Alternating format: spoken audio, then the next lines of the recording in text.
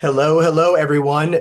Really excited for tonight's town hall. We are recording this live so that folks that want to participate in seeing us do this in action, you are welcome.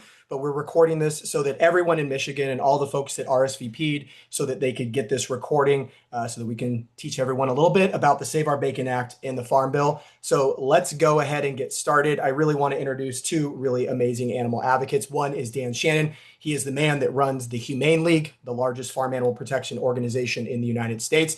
And Kate Brindle, who runs the policy shop over at Humane World for Animals, formerly known as HSUS. Thank you both for jumping on. So let's just go ahead and get started. Kate, what is the Farm Bill? What are we talking about here? Farm Bill, Save Our Bacon. What is the Farm Bill? Yeah, well, thanks everybody for joining. So, the Farm Bill is this massive multi-year legislative package that governs national agriculture, nutrition assistance, rural development, lots of different things, conservation, forestry. So essentially anything agriculture related. It's hundreds of pages and it's renewed roughly every 5 years in theory. And what can often happen is you can have these standalone, like individual bills that can get tacked onto it, which is the situation that we're in now with the Save Our Bacon Act. You said that it's supposed to be passed every like 5 years. How many years passed is the current Farm Bill? I think it's 3 years overdue now. I think that's right. If any of us were 2 or 3 years overdue when it came to work we had to do, we'd probably lose our job. But Congress still sits there. All right. So the Farm Bill, large package bill that deals with agriculture. It's billions and billions of dollars, hundreds and hundreds of pages going through Congress right now. Save our bacon. I don't think I've said the word bacon so much in my entire life over the course of the last 2 months. Save Our Bacon Act, that language. Dan, what are we talking about here? What is the Save Our Bacon Act and how does it relate to the Farm Bill? Yeah, for sure. So Save Our Bacon was originally a piece of standalone legislation, formerly known as the EATS Act, then known as the Save Our Bacon Act, which, as Kate said, is now sort of being worked in as language as a part of this kind of broader omnibus farm bill. And what it would do, if passed, would essentially nullify any state or local legislation that's been passed that's on the books that protects farmed animals from cruelty. This is a five-alarm fire for the animal protection movement. We need to fight it with everything that we've got because things that are at stake are, for instance, California's Proposition 12, right, which prevents egg-laying hens from being raised in battery cages, pregnant pigs and sows from living in gestation crates, etc. It not only bans the production, right, that production method in the state of California, it also bans the sale of animal products from other states, right, that are raised in that with that method in California, which is arguably the more important piece of the bill because everybody wants to sell in California. This is one example of dozens upon dozens of laws at the state and the local level that would be overturned if this language ends up in the Farm Bill. So obviously this is a huge moment for us. We've got to give it everything we've got. It's critical that the Farm Bill pass without this language in it. So we got a big farm bill that's going through Congress that touches almost anything in agriculture. And then I'm guessing you have a select few people that are trying to shove this language in and hide it, on page 957 of whatever it is, a couple hundred words, which is the Save Our Bacon Act language, which Dan, you pointed out would nullify those state laws. Kate, you work for the Humane World for Animals, formerly known as the Humane Society of the United States. Your organization was instrumental in Prop 12 and Question 3. Talk a little bit about that. What were these ballot measures? What would they do? And then, of course, how does the Save Our Bacon Act impact those? Yeah, so these ballot measures, I mean, and to back up just a little bit, the reason for these laws, like Proposition 12 and Question 3 in Massachusetts, is to combat some of the worst cruelty in the factory farming industry. So, for instance, mother pigs are often confined in gestation crates, which are these metal bar cages so small that the pigs can't even turn around. Calves used for veal are similarly immobilized in veal crates. And so, like Dan was saying, what these laws sought to do was not only to ban the practice of using those cages, but to ban the sale of eggs, pork, and veal, no matter where they were produced. And so what's happening now is you have the NPPC, which is the National Pork Producers Council. And so they're the ones who are really behind the Save Our Bacon Act, working with their allies in Congress. And so what they've done is, even though these measures are extremely popular with voters, 80% of US voters, roughly equal percentages of Democrats and Republicans agree with these types of laws. Rather than complying, they've challenged them, first at the district court, then the circuit court, then the US Supreme Court, which is where our side won. The Supreme Court said Prop 12 can stand. So now they've turned their attention to Congress. And so it really is this out of touch segment of the pork industry. For example, over 100 Michigan farmers signed a letter, said that, they don't agree with the Save Our Bacon Act. So they're the ones pushing it, and they're the ones trying to repeal these types of laws, whether it be through the courts or now through legislation. That's That's great context. And you mentioned Michigan. So you are in Michigan. Kate, you're up in the upper part of the peninsula. Um, why are we having this town hall for Michigan? We've done it for New York. We've done it for Minnesota. We've done it now a national town hall, and now we're doing one in Michigan. Speak to why Michigan is so important in this particular moment in the Save Our Bacon Act and the Farm Bill fight. Well, there's several reasons. I mean, Michigan has really been a leader, not just in the Midwest, but in the country on farm animal welfare. So we first passed bans on cages for egg-laying hens and for calves used for veal and then for mother pigs.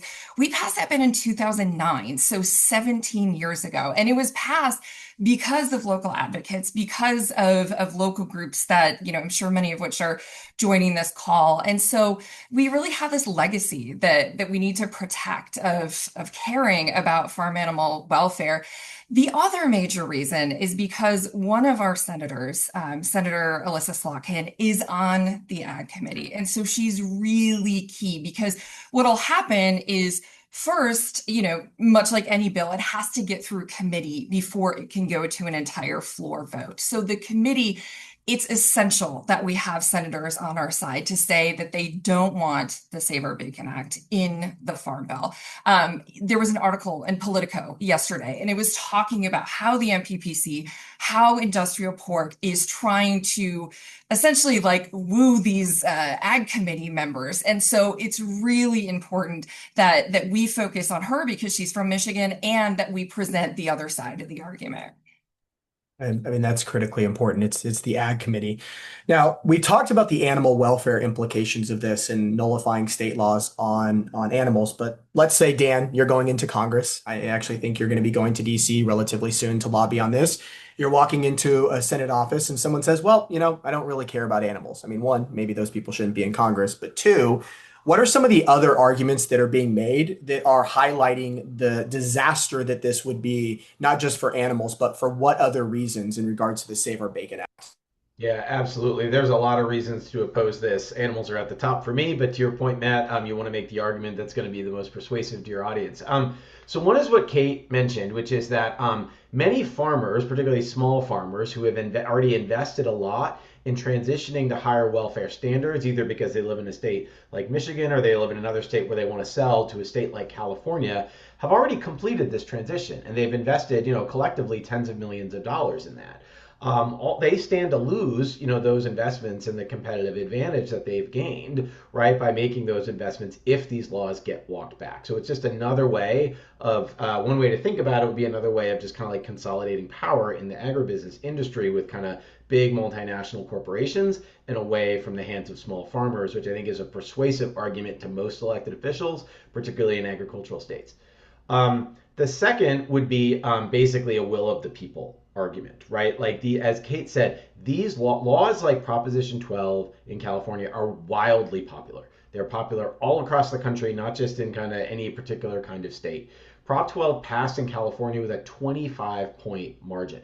And Question 3 in Massachusetts passed with a 55 point margin, which is bananas. And I think, Kate, you mentioned this, but 80% of voters nationwide support laws like this, even if they don't live in a state that has one. So for the idea that the pork industry could sort of come in, right, throw their money around in Congress and overwrite the will of the people in all of these various states, right, particularly at the local level, a lot of these bills were passed by like local legislatures, right, like city governments, et cetera. All that gets undone at the behest of the pork industry lobby. That's a fundamentally undemocratic approach, and I think I would definitely emphasize that with lawmakers as well.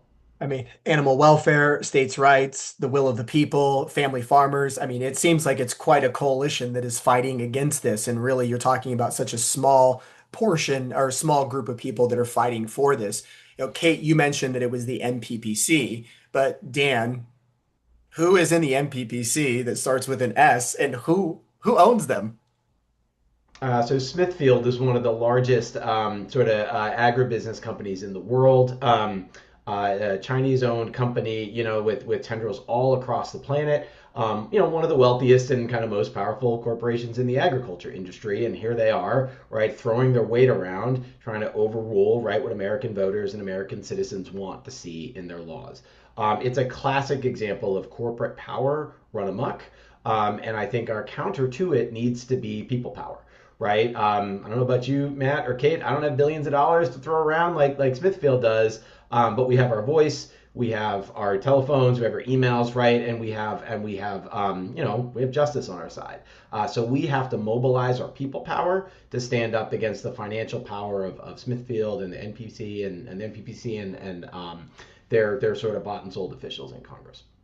Yeah, I've been into multiple offices and I have point blank asked staffers. And when I'm at the front desk waiting for my meeting, I've asked, how many calls have you gotten up in opposition to the Save Our Bacon Act? And it's literally hundreds or thousands, depending on what state it is. And then when I asked the important question of how many calls from constituents have you gotten in support of this? And the answer is none. And then I ask a very important question, how many lobbyists from the MPPC have come in to try to lobby the senator or your boss? And it's multiple versus, again, constituents in their districts or in their states that do not want this. You're right. It's people power. I mean, we are on the right side of history when it comes to this. So, Kate, you talked about the impact that is on, you talked about the impact in Michigan in itself. Your state was one of the leaders. Speak to what the congressional leadership used to look like and why this is a big issue now compared to where it was just 2 years ago or last Farm Bill. Yeah, so I mean, we've been fighting this fight for a long time. I'm sure folks on the call might remember the EATS Act, like was referenced before. Before that, it was the King Amendment, but they all had this same goal of taking out these farm animal welfare laws.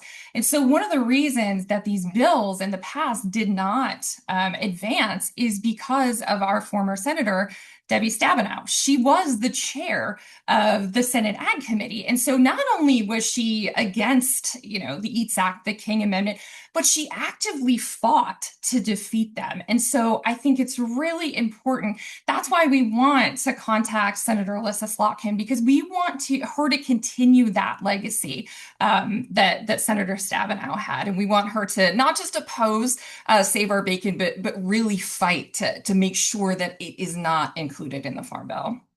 And this is well, you're right. Michigan has been a leader on this. And I just met with Senator Rick Scott in Florida, his office. And it's actually, what's interesting is if you look at some of the states that were the leaders on banning, particularly gestation crates, it was Florida in 2002 by a ballot measure that won by, almost, I think it was like 50 something percent. So it won obviously by the majority, but it was then placed into the Constitution that mother pigs are protected. And then it was Arizona, and then it was states like Michigan. So we're not talking about these liberal blue states. It was in fact conservative states that have led on this question of whether or not you should lock a pig in a place where she's so small that she can't even turn around.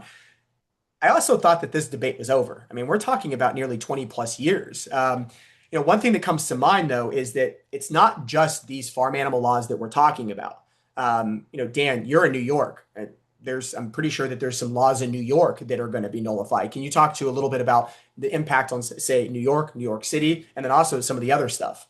Yeah, and so just as to your point, as an example of the many local pieces of legislation that could be at risk here in New York City, as some folks may know, we recently banned the sale of foie gras, which is important in terms of the impact that that has in the industry, because New York City is the most important market for the upstate New York foie gras production industry, which is where most foie gras is produced in this country. So the ripple effects. So like New York City's one place, but the ripple effects of a law like that are huge, right? So we have to think about that. And lots of cities, right, are going to have similar laws on the books, whether it's about foie gras or something else, right? But it's not just about those particular jurisdictions. It's about the kind of market impact that they have. And in some cases, that's going to be pretty considerable. The other thing to think about with Save Our Bacon is what it does to potential future legislation, right? So in New York State, we're currently trying to pass a ban on octopus farming, which we think is quite feasible, but not if the Save Our Bacon Act ends up in the final draft of the Farm Bill.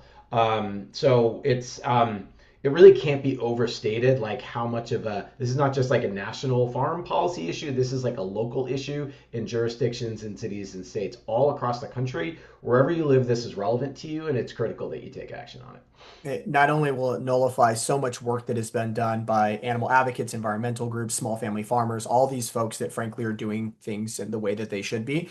Uh, Not only will it nullify decades worth of work when it comes to advancing the welfare of animals, but the future. Dan, you pointed that out, and I think that that's a really important. This is an important tool for us to continue advocating for better treatment of animals and to supporting family farmers, protecting our environment. These will all go away. Alex, if you want to throw on the screen, I think it's important for people that are watching this recording to see what really is at stake here. Again, this is a report. So this is a report that was put together by Harvard Animal Law Program.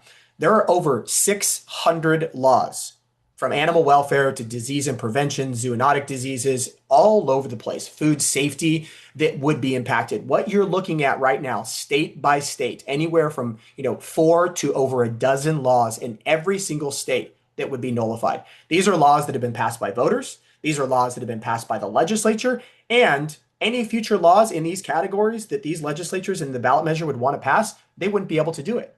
And so this is devastating to states' rights, and it's also devastating for all the hard work that's gone into to protect our food system and protect farm animals. So again, if we haven't emphasized enough the reason you need to take action, the reason this is important, that those 600 laws and all the laws that we need to pass in the future to protect your families, to protect our food, to protect animals, to protect the environment, they're at risk here.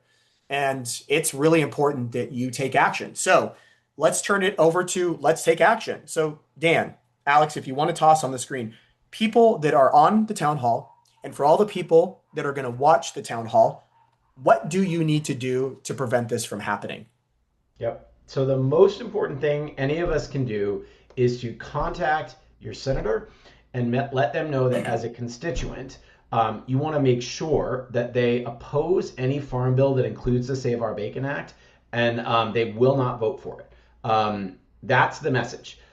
So here you have contact information where you can contact Senator Slotkin, who, as Kate said, is a member of the Ag Committee. That's probably the single most important phone call you're going to make as a citizen in Michigan. Here's the script that you can use. Phone calls are great. Emails are great. And if you don't get a straight answer when you call again, right? Which you probably won't. And so call again, right? These folks need to hear from people every single day until we get to a point where it's clear where these folks stand. So please contact Senator Slotkin. On the next slide, also Senator Peters, not on the Ag Committee, but ultimately we want to get ahead of this getting out into the to a full floor vote, as Kate said. So we want to make sure that all senators have kind of taken a position and are clear and know what to expect. So contact Senator Slotkin, contact Senator Peters as well. So that's the most direct and urgent thing that you can do is contact your senator. But you can also, and we can go to the next one, raise awareness about this broader fight. If you live in Michigan, you probably know a lot of other people who live in Michigan as well. They probably follow you on Instagram, on social, etc. So please share action links, like the ones that you see here on the screen. Share calls to action on your social media. If you know people who you think are likely to make a call, text them, call them, ask them to make a call as well. Like you're one constituent, but you can mobilize dozens perhaps in your network by using your social network kind of online and offline to reach out to people. And you can follow some of these accounts that are listed here to kind of get access to new content, new calls to action that you can share.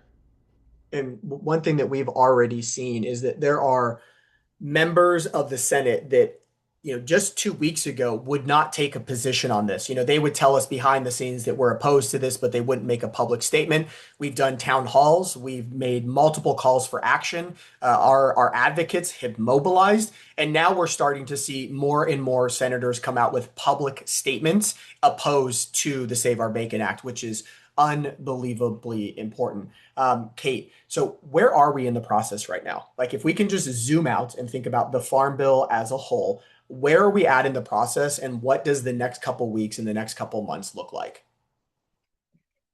Yeah, well, I mean, it might seem like because of the history of this, because this has been going on since 2014, that, it's a long fight.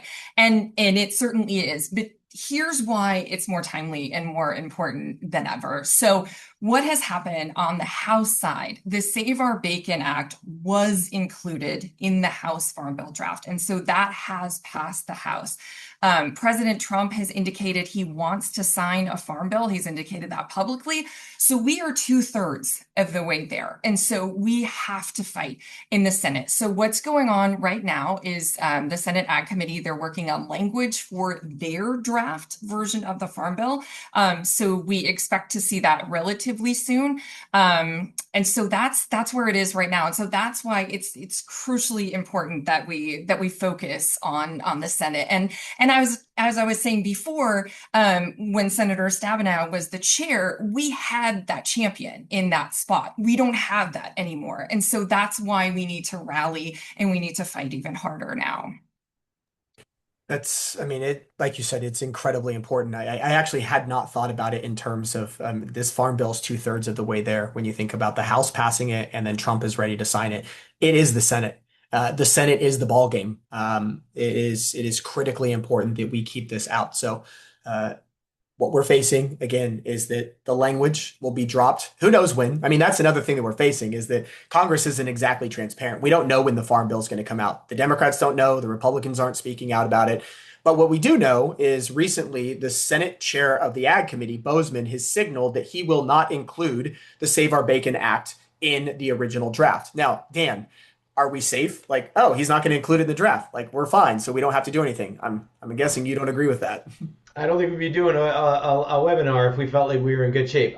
No, I mean that's a positive sign, obviously, but in terms of it's better than the alternative. But we can't take any of that for granted. I think at every step of the way, to Kate's point, right? I know it's been a long fight. I know there's been a lot of calls to action. There's been a lot of different asks. But my mindset is at every step of the way, from now until this thing is finally defeated, we have to act like everything's on the line. We have to act like we are almost certain we're going to lose, and it's my phone call that's going to make the difference between winning and losing.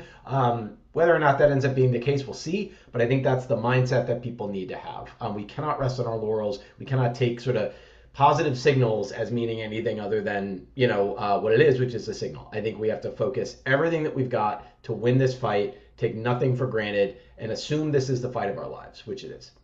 You're exactly right. It's they can amend it in committee. They can amend it on the floor. They can screw with it in conference when the House and Senate come together to try to put a bill together. They have multiple bites at the apple, and we have to win at every single fight. I've really looked at this as there's around 4 hurdles in the Senate. We have overcome one, but there are many, many more that we have to do. So that's why it's so important to follow those social media accounts so you can see when there are updates. But again, there is no victory to declare until there is no farm bill that is the vehicle to carry this. And it is critically important that we continue taking action all the way until the end.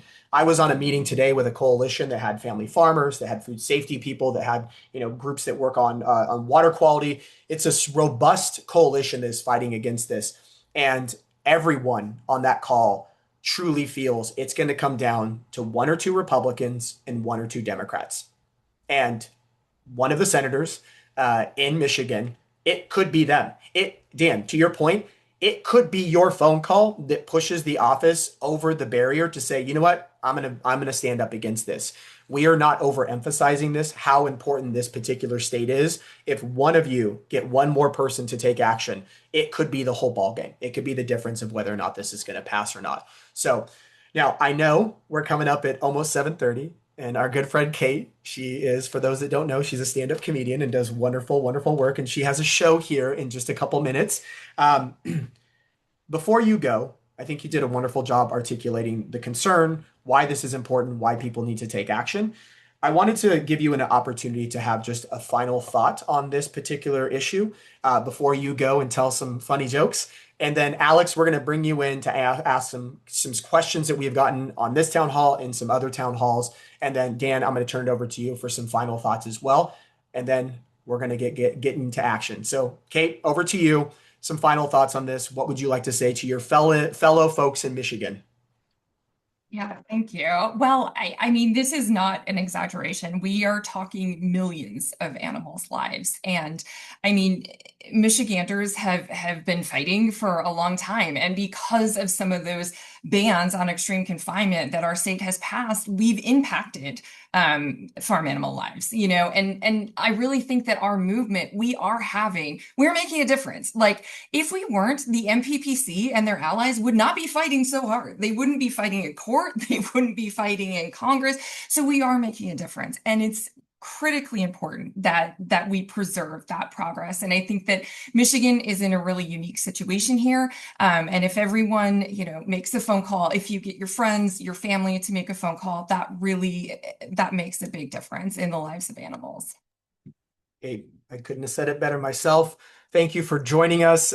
Good luck with your set tonight, and we will talk soon. And thank you for all the work that you're doing over at the Humane World for Animals. Alex, let's bring you in. There might be a few questions that folks are asking, or a couple questions that we've gotten other town halls that we want to answer for the folks that are not on and going to be watching this through video. Absolutely. One question that we've gotten consistently was around timing. So what are we expecting a vote on the Save Our Bacon Act, and when is this all supposed to be resolved? Yeah. So what we're hearing is the end of June is when a draft version of the Farm Bill is going to come out from the Ag Committee. It could or could not include the Save Our Bacon Act language. We are seeing indications, and the chair has said that it will not include Save Our Bacon language because it's what they call a poison pill. And he knows that he can't get 60 votes on the floor to pass a farm bill, which is what's required in the Senate. So what we'll then see probably toward a little bit after June is amendments being proposed in committee. There will be a markup on the farm bill. So we could see a farm bill going to the floor sometime around the summer. But really the first hurdle in front of us is now. It is June. This is the month that, I mean, really it's the last couple of weeks, but now the next couple of weeks will determine the fate of all of this. One other question is how often should we be calling? Should it be every day or once a week? What's the frequency here? Dan, over to you. I know there are differences of perspective on this, but my feeling is if you've called and you haven't gotten a straight answer, right, from this, like she's not voting for it, end of story, period, I'd say call again, right? I think if you've gotten the answer that we're looking for, then you may be done. But in my view, until we've got people who have taken a firm public position, right, that they're not going to vote for any farm bill that includes Save Our Bacon Act, I think it's worth following up and making sure that your voice is heard. I could not agree more with you. We need to remember that the people that are currently sitting in Congress, these folks are elected to represent your interests. And the only way they know what your interests are is if you voice what those are. I have been calling every day because I still have not gotten word from Senator Schumer, who is the minority leader for the Democratic Party, publicly has not come out in opposition to this. Now, we strongly believe that he is. Gillibrand, who is my other senator, has been phenomenal on this issue. She's signed multiple letters opposing this effort and has been outwardly spoken. So I'm calling every day into Schumer's office because until I hear one way or the other, he is my representative. He is my senator. And so I believe, like you, Dan, that you as a constituent have a right. And let's be honest, There is enough information. This isn't something that just happened a day ago. For many of these senators, this has been an issue that they have seen, heard about, know about for the last 12 or 15 years. And so they should have a position, and we need them to take a strong position in opposition. It's as simple as that. Follow up to that, should people be calling their in-state office, like the district office that's local to them? Call both. Call the in-district office, call the DC office. I had a constituent reach out to me, or a friend of mine who has contacted their Senate office and their the local district office, and they've not gotten a phone call in return. It's just voicemail. Call the DC office. I mean, again, these are your elected official. They're literally being paid with your taxpayer dollars to do this job. You are their boss. And if I only get a voicemail, does that count? Leave a voicemail, call back the next day. Awesome. A follow-up. So say I'm doing this and I've got like maybe a couple hours of extra time to do. Is there anything else I could be doing? I Dan, think any thoughts? elevating the. Oh, go ahead. No, what were you gonna say? Going to turn it over to you. I was just gonna say everybody's got a personal network that they can reach, with their social media. So I would take content from Compassion, from the Humane League, any of the organizations that are working on this, post it. I'm a believer in personalized messages. Like I always text my mom because I know my mom is gonna make whatever phone calls I ask her to. So it's like me texting my mom and asking her to make a phone call is the same as me making a second phone call. Do you know what I mean? So whoever those people that you have in your life who you think you can tap into in that way and encourage them to take action, I would say go for it. I really think that one of the ways I think about this is that for people who your friends, your family, your colleagues, the best messenger for them to hear this from is you. It's not me. It's not Matt. It's not any of our organizations. They know you. They trust you. They know that you're a good person. So leverage your personal relationships to drive as many phone calls as possible. Completely agree. And I guess one question would be, what does like success look like for the movement here? Is it just simply getting rid of this? Is there other like avenues there? Dan, you have been, ever since taking over at the Humane League, I think one of the things that you have talked about, you and I have talked about a lot, is we do a lot of things that are short term. We do a lot of things that are urgent. But what do we really need to do here? I mean, this is a great example for us to do something for the movement that isn't just about the Farm Bill and the Save Our Bacon Act, but it is for the long trajectory of where we're headed as a movement, which is to end factory farming. So I want to hear what you have to think about that. Yeah, 100%. I mean, yeah, to Matt's point, in the short term, success is getting this language out of the Farm Bill, but like even that is a dodge bullet. Like I don't know if we can even call that a success, right? It is a avoided failure if you want to look at it that way. To me, and this is why we emphasize the phone calls and the outreach so much, success would be members of Congress, senators, their staffers going through this process and realizing, wow, people really care about farm to animal welfare. This is an issue that my constituents care a lot about, that if I make the wrong vote, it's going to cost me politically, and that actually maybe I could gain politically because these are politicians, right? Like they're motivated by what's in their own political interest. That's their job, right? So if folks come away from this feeling like actually there's something for me to be gained as a politician by taking like an affirmative, proactive, positive stance on farm animal welfare, that would be a huge win for the movement, right? As Matt was talking about, we need to build political power as a movement so that we can stop playing defense and start playing offense, right? And get back to passing more laws, right, at the state and local level. And ultimately, it'll be a long way away, don't get me wrong, but like ultimately thinking about how do we get to a place where we've got meaningful federal farm animal welfare legislation in place? We're not there yet, to be clear, but how do we get there? Part of the way that we get there is by demonstrating to elected officials that people care about this, they will hear from people about this, and it's in their best interest to be a pro-farm animal politician. And I mean, I could not agree more. I've worked on state legislation for most of my career, and I remember, early on in my days that there were lawmakers who had reservations about carrying bills for farm animals.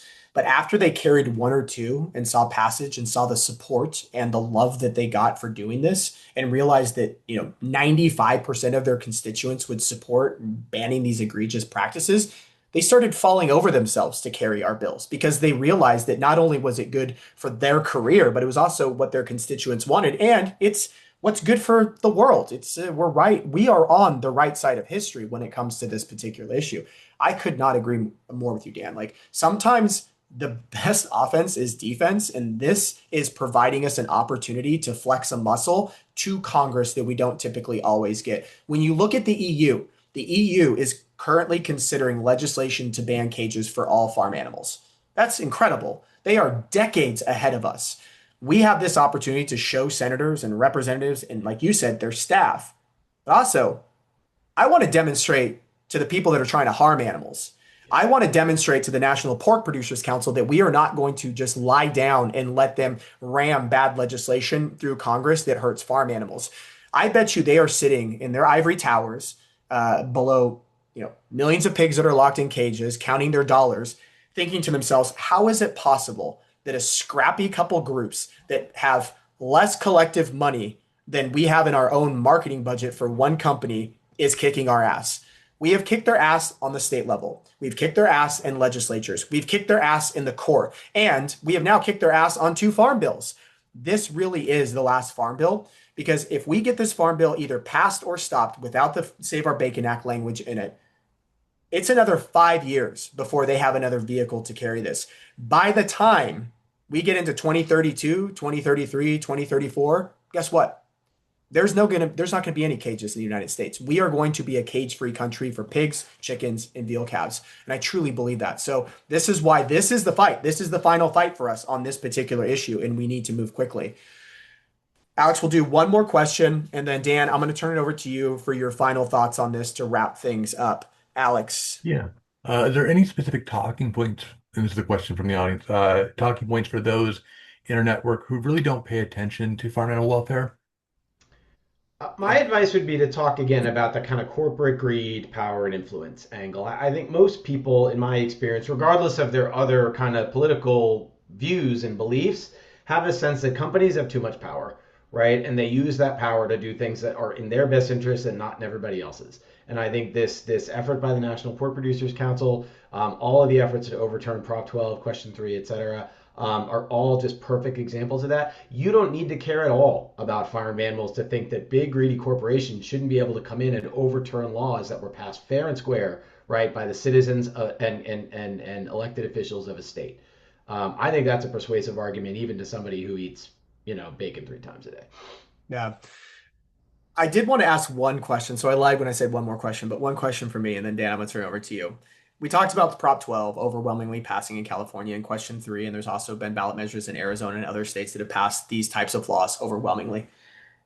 If you were to see the amount of money and effort that the pork producers are putting into this to nullify these laws, you would think that we have passed laws that gave pigs the right to live at the Hilton in the suite of their choice and be pampered all day. You would think that we have done something so outrageous as animal advocates as to give them, the right to drive cars and votes and bear arms.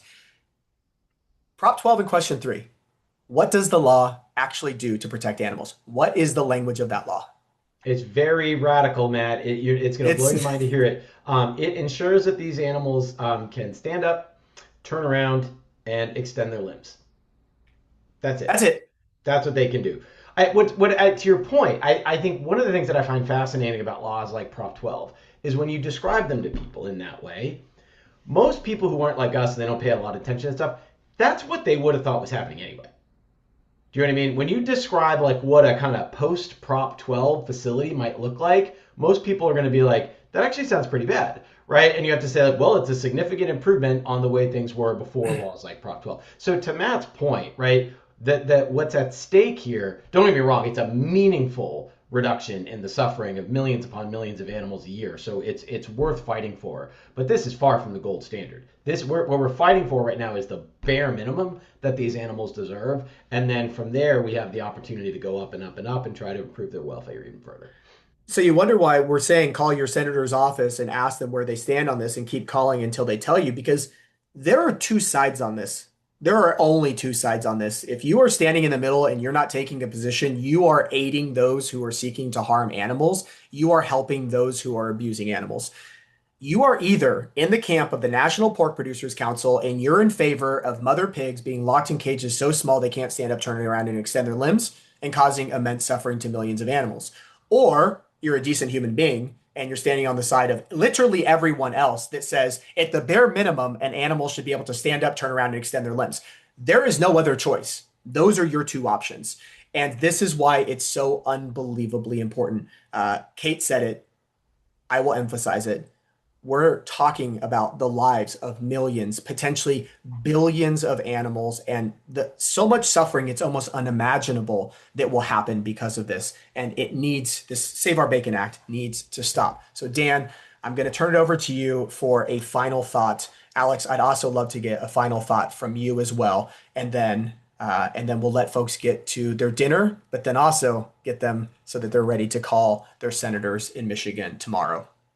Yeah. So Matt, I'm a little bit of a history nerd. I think it's no exaggeration to say that this is the single most important moment in the history of the animal protection movement in the United States of America.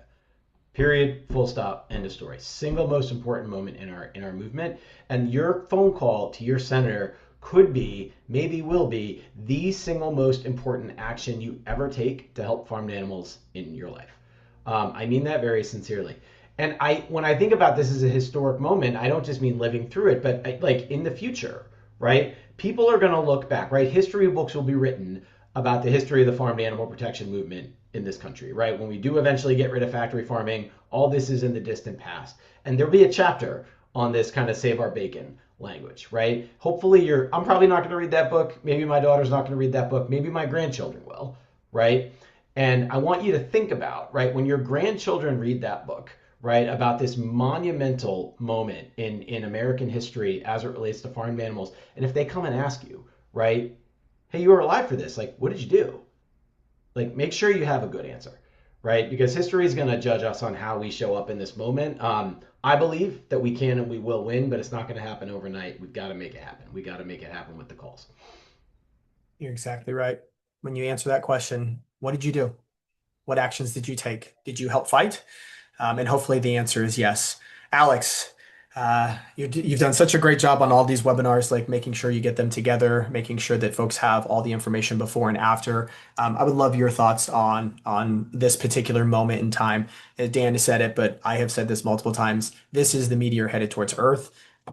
What are your thoughts? I just want to encourage and folks to continue on. Time and time again, organized people have outbeat organized money.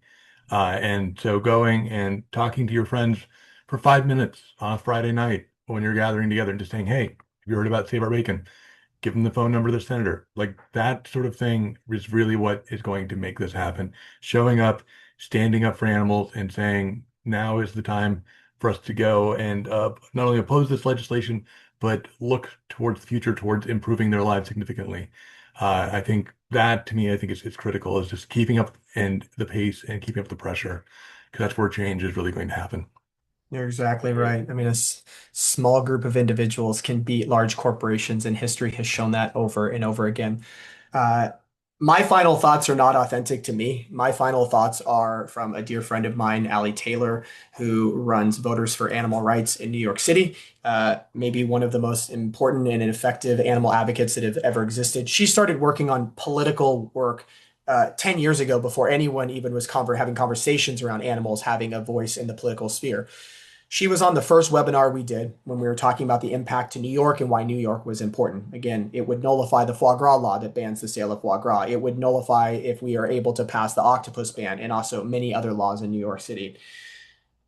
One of the things that she said that has stuck with me is that I think about all the animal advocates in the world, and all of us, if you were driving down the road or walking down the sidewalk, no matter where you were, and you saw an injured bird, you saw an injured dog or cat, none of you would stop or just walk by and do nothing.